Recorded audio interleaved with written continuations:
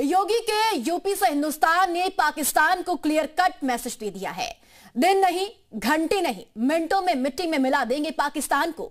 हिंदुस्तान ने शाहजहांपुर के गंगा एक्सप्रेसवे पर अपनी फाइटर प्लेन की टच एंड गो लैंडिंग कराकर एक छोटा सा नमूना जनरल आसिम मुनीर के सामने पेश किया है कि देख लो, हमारे फाइटर प्लेन उड़ान भरते हैं तो इस्लामाबाद हो या रावलपिंडी या फिर फैसलाबाद पल भर में खाक में मिल जाएंगे।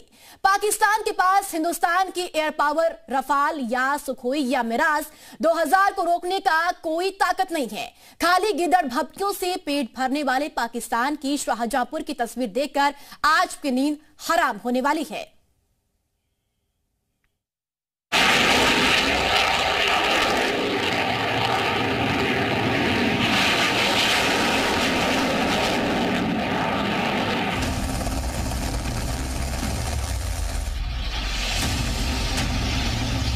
पाकिस्तान एक नासूर है और जब तक इसका ऑपरेशन नहीं होगा तब तक इस कैंसर की समस्या का समाधान नहीं होने वाला है और आज इसकी शुरुआत हो रही है। पाकिस्तान जब तक इस धरती पर है, याद रखना, ये मानवता का कैंसर है। कान खोलकर सुन लो शहबाज शरीफ, आंखें गड़ाकर देख लो आसिम मुनीर, सावधान हो जाओ बिलावल भुट्टो, सचेत हो जाओ ख्वाजा आसिफ। जिन्हें पाल पोसकर जवान किया है, उनकी अकाल मृत्यु की स्क्रिप्ट योगी ने एक्सप्रेसवे पर लिख दी है।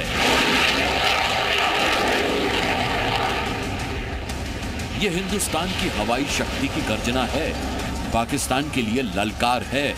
घुसकर मारेंगे, रोक सको तो रोक लो।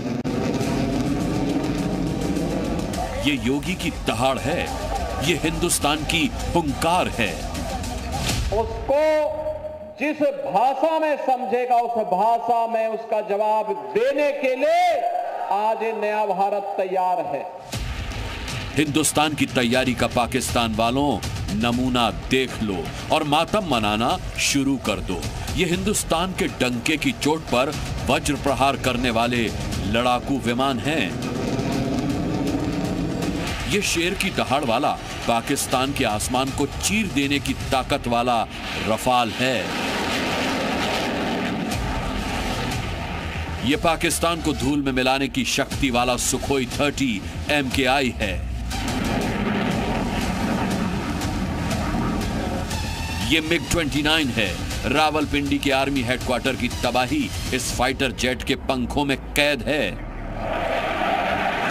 ये Mi-17 मल्टीपर्पज हेलीकॉप्टर है, सर्च एंड रेस्क्यू में पारंगत।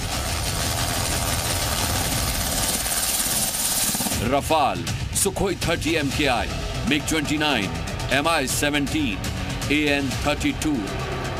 हिंदुस्तान की उड़ान देखकर पाकिस्तान थर्रा उठा है। योगी की धरती से उठा वायु शक्ति का यह तूफान देखकर पाकिस्तान की गली गली में मातमी सन्नाटा छाने लगा है।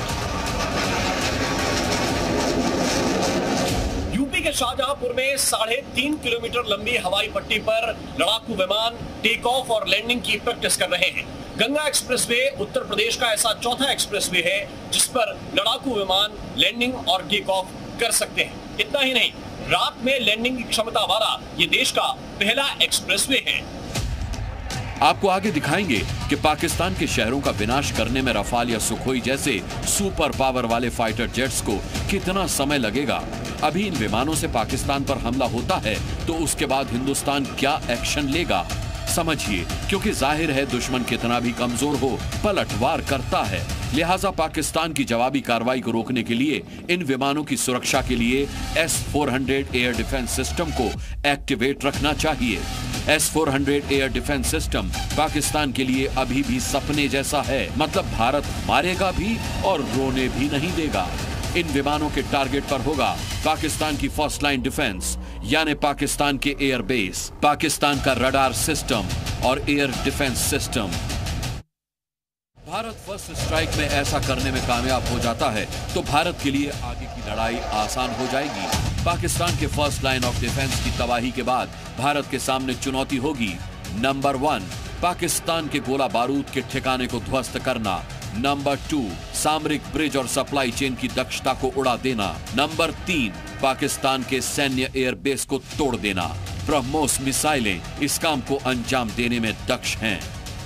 भारत पाकिस्तान को कैसे सबक सिखाएगा, ये बात तो क्लियर नहीं है, लेकिन एयर स्ट्राइक के बाद पाकिस्तान की कमर टूटनी तय है, क्योंकि तब बारी होगी भारत की, तब बारी होगी एक्शन की, उस जमीनी योद्धा की जिसके पास पाकिस्तान को ऐसे स्ट्राइक में पीटने का अनुभव भी है। भारत के निशाने पर पाकिस्तान के अंदर हाई वैल्यू टारगेट्स भी हैं, जिनमें लश्कर तैयबा के कैंप्स, जैश ए मोहम्मद के कैंप्स, ISI का लॉजिस्टिक सपोर्ट, ताकि आतंकी नेटवर्क का सफाया हो जाए। भारतीय नौसेना भी अपनी तैयारी का ट्रेलर दिखा चुकी है। भारतीय नौसेना अरब सागर में कराची बंदरगाह को भी ब्लॉक कर सकती है। किसी भी तरह की स्ट्राइक के दौरान भारत पाकिस्तान के न्यूक्लियर कमांड को भी मॉनिटर करेगा। जरूरत पड़ने पर उस पर स्ट्राइक का प्लान भी तैयार रखना होगा।